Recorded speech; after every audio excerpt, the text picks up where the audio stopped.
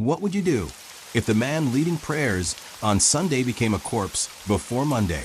What if the church, the place meant for healing, became the crime scene? And what if the person accused of killing a pastor was not a stranger, not an enemy, but a trusted choir member who stood just a few feet behind him every Sunday, singing "Holy, Holy, Holy"? This is not just a story of murder. This is a story of betrayal behind the altar, of desire hidden beneath worship, and of a moment when faith, rage, and humiliation collided, leaving one man dead and a church forever broken. Stay with me, because the events you are about to hear unfolded quietly, but ended violently. Pastor Daniel Okoye was not just a preacher, he was a pillar. In his mid-40s, soft-spoken but commanding, he had built his church from a rented hall into a thriving ministry. People trusted him with their marriages, their finances, their confessions. He was the man couples called when love was failing, the man parents wanted their children to grow up like. And at his side stood his wife, Grace. Grace was admired almost as much as her husband. Elegant, warm, deeply involved in church affairs. She organized women's meetings, counseled younger wives, and stayed late after services to ensure everything ran smoothly. To outsiders, theirs was a model Christian marriage. But inside that marriage, something had already begun to crack. Michael was the choir's golden voice. Young, charismatic, and deeply gifted, he was the kind of singer that made worship emotional. When he sang, people cried. When he led songs, hands lifted. The pastor trusted him so much that he allowed him access to rehearsals, counseling sessions, and late-night planning meetings. Michael was always around. Too around. At first, it seemed harmless. Grace coordinating choir schedules, Michael helping with arrangements. Long rehearsals. Private discussions about ministry matters. Frequent phone calls explained away as church business. Pastor Daniel noticed, but dismissed the unease. This was church. These were believers. Suspicion felt like sin. But things began to change. Grace started guarding her phone. Michael avoided eye contact with the pastor. Late nights became common. Excuses multiplied. Daniel asked questions gently at first. Grace reassured him. Michael remained respectful. Everything was framed as spiritual work. Still, the pastor felt it, that quiet intuition he preached about.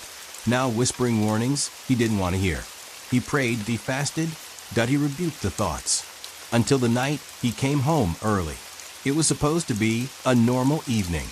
Daniel had left for a short pastoral visit and returned unexpectedly. The house lights were on. As he stepped inside, laughter echoed from the bedroom. Laughter that stopped the moment the door creaked. Silence. Then movement. Daniel walked slowly down the hallway. Each step felt heavier than the last. When he pushed the bedroom door open, time stopped. There they were, his wife, the choir member, together. No explanation could undo what his eyes confirmed. Grace screamed. Michael froze. Daniel said nothing. No shouting, no tears. Just a stare filled with disbelief, humiliation, and pain too deep for words. Without saying a word, he turned and walked out. But something inside him broke that night. Daniel didn't return home. He drove aimlessly, replaying the scene again and again. His ministry, his reputation, his marriage, all collapsing in one moment. How long had this been happening? Who else knew? Was he now a joke to his own congregation? For a man who taught forgiveness, the weight of betrayal felt unbearable. By morning, he made a decision. He wanted answers. Daniel called Michael. His voice was calm, controlled. He asked Michael to meet him later that day at the church. No anger, no accusations, just a request to talk and pray. Michael hesitated, then agreed.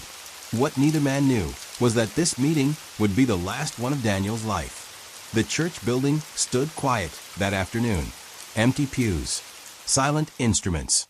The same altar where lives were transformed, now waiting unknowingly for bloodshed.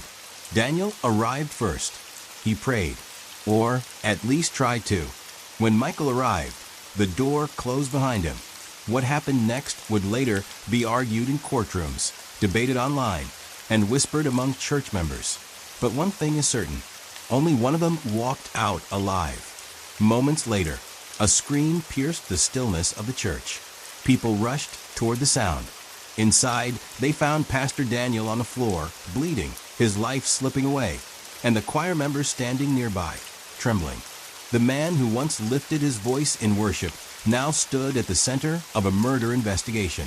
And the question that would haunt everyone was this: was this a crime of passion or a desperate attempt to silence a secret?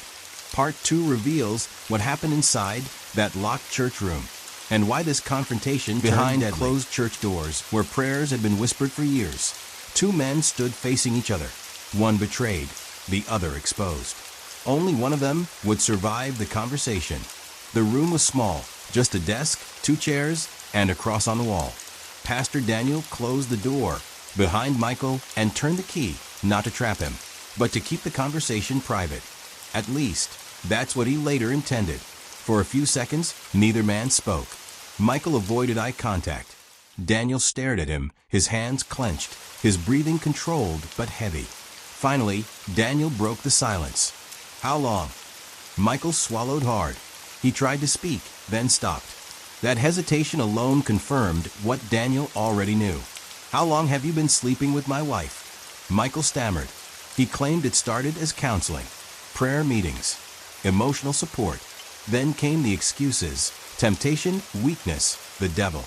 But as the pastor listened, something changed. Michael didn't sound remorseful. He sounded defensive. According to investigators, the tone of the conversation shifted dramatically. Daniel demanded the truth. Michael admitted the affair, but then said something that witnesses believe triggered the explosion. He allegedly claimed Grace was unhappy, that she felt neglected, that the relationship meant something. Those words cut deeper than the betrayal itself. Daniel slammed his hand on the desk. "You stood behind me," he shouted. "You sang worship with me. You ate in my house." Michael snapped back. "Maybe if you were a better husband." That sentence never finished. What happened next unfolded in seconds. Daniel lunged forward, not to kill, but to confront. Chairs fell. The desk shifted. The cross on the wall tilted. Michael later claimed the pastor grabbed him by the collar, that he feared for his life, that he only wanted to escape. But forensic evidence told a darker story. During the struggle, Michael reached into his pocket. Inside was a small knife. He said he carried it for protection. The blade came out. There were no witnesses, only sounds. A scuffle, a cry. Then a scream so loud it echoed through the building. The knife struck Pastor Daniel in the chest. Once, deep, precise. Daniel staggered backward, shock frozen on his face. Blood soaked his white shirt, the same shirt he had worn to preach only days before. Michael stood there, staring. The pastor collapsed, and the room fell silent. Reality hit Michael all at once. This wasn't an argument anymore. This wasn't a fight. This was murder. He dropped the knife, tried to lift Daniel, tried to speak to him, but the pastor's breathing was shallow, gurgled, fading fast. Michael ran out of the room, screaming for help. Church staff rushed in. What they saw would haunt them forever. Someone called emergency services. Others tried to stop the bleeding. Daniel's eyes were half open, unfocused. He tried to speak, but no words came. By the time paramedics arrived, he was barely alive. As they rushed him out, Michael was separated and questioned. His hands were shaking. His clothes were stained. His story was already changing. At the hospital, doctors worked desperately. But it was too late. Pastor Daniel Okoye was pronounced dead. The news spread like wildfire. A pastor killed inside his own church. Police detained Michael immediately. At first, he claimed self-defense. Then he said it was an accident. Then he said he didn't remember. Investigators searched his phone. What they found destroyed any claim of innocence. Text messages between Michael and Grace revealed months of intimacy. Secret meetings, plans, fear of exposure. One message stood out. If he finds out, everything is over. Now everything was. By nightfall, news outlets picked up the story. Church members cried openly. Some refused to believe it. Others felt betrayed by everyone involved. The church doors were locked. The altar stood empty. Faith itself felt wounded. As Michael sat in a police-holding cell, one question echoed louder than any hymn he had ever sung. Did he act in fear, or did he kill to protect a secret? And then came the next shock.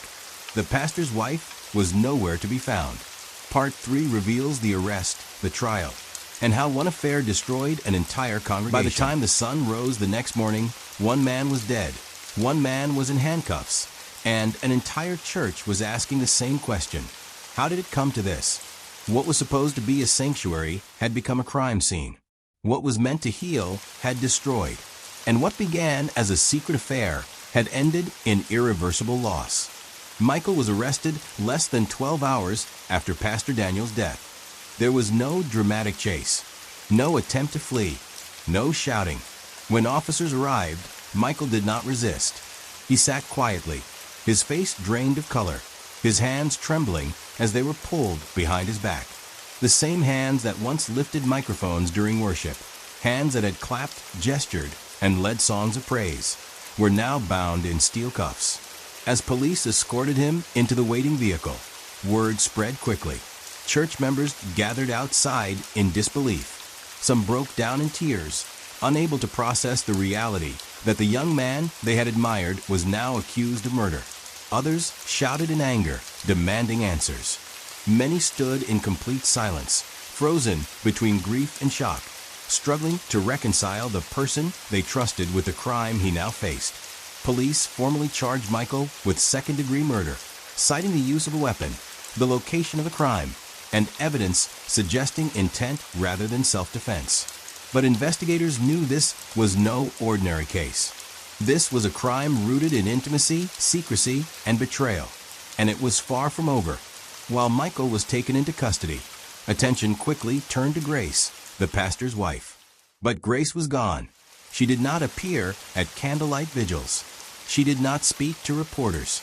She did not sit in the front row during early court proceedings. For days, she was unreachable. When police eventually located and questioned her, she admitted to the affair. She acknowledged months of emotional closeness that crossed into physical intimacy. But she insisted repeatedly that she had no knowledge of violence, no plan to confront her husband, and no intention that anyone would be harmed. Legally, there was no evidence tying her directly to the murder. Morally, public opinion was ruthless. Online discussions exploded. Some blamed her entirely, calling her the root of the tragedy. Others portrayed her as a vulnerable woman manipulated by a younger man. A few blamed the church culture itself, silence, secrecy, and power dynamics. But regardless of perspective, one truth remained undeniable. The affair was the spark. The knife was the flame. When the trial began, the courtroom was packed beyond capacity. Media cameras lined the hallways. Journalists filled the press benches. Former church members sat shoulder to shoulder, some seeking justice, others desperate for closure. The air was heavy with emotion. Prosecutors presented a clear and methodical case. They argued that Michael did not act purely out of fear, but out of desperation. That when confronted with exposure, humiliation, and the loss of everything he had built, he chose violence. They presented text messages showing the affair and fear of discovery, digital records revealing secret meetings and emotional dependency, forensic evidence contradicting claims of a prolonged struggle, witness testimony that challenged Michael's changing narrative. One message became central to the prosecution's argument. If he finds out, everything is over. According to prosecutors, that fear defined the moment the knife was used. Michael's defense team argued panic. They claimed he was cornered, that the confrontation escalated too quickly, that he acted in fear for his own life. They described the stabbing as a tragic accident, one moment of chaos, not premeditation. But the evidence didn't bend. Medical examiners testified about the nature of the wound. Investigators highlighted inconsistencies in Michael's statements. The prosecution reminded the jury that the knife had been brought into the meeting, not found in the room. The room fell silent as the trial reached its end. After days of testimony, the jury returned. Everyone stood. The silence was suffocating. Michael rose as the verdict was read. Guilty. A sharp inhale swept through the courtroom. Some gasped. Some wept openly. Others closed their eyes, whispering prayers that offered no comfort. Michael's shoulders slumped.